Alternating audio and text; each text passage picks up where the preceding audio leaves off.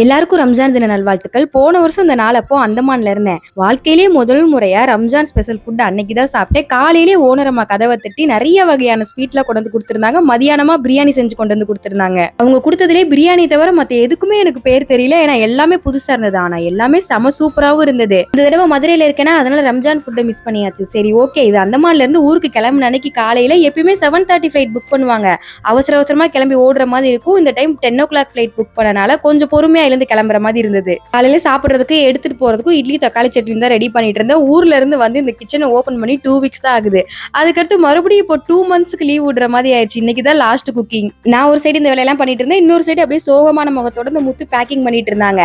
அதோட இந்த லாக் பண்றது எப்படி, அதை ஓபன் பண்றது எப்படின்னு எல்லாம் எனக்கு சொல்லி கொடுத்துட்டு இருந்தாங்க. ஏன்னா எப்பயுமே அவங்க தான் அந்த வேலையெல்லாம் பார்ப்பாங்க. இந்த டைம் தனியா போறோமா, அதனால எல்லா இன்ஸ்ட்ரக்ஷனும் கிளியரா சொல்லி கொடுத்துட்டு இருந்தாங்க. கிளம்பும் போது சாருக்கு கண்ணே கலங்கிருச்சு. அவ்வளவுதான். நெக்ஸ்ட் மினி vlogல வந்து உங்களை மீட் பண்றேன். பாய்.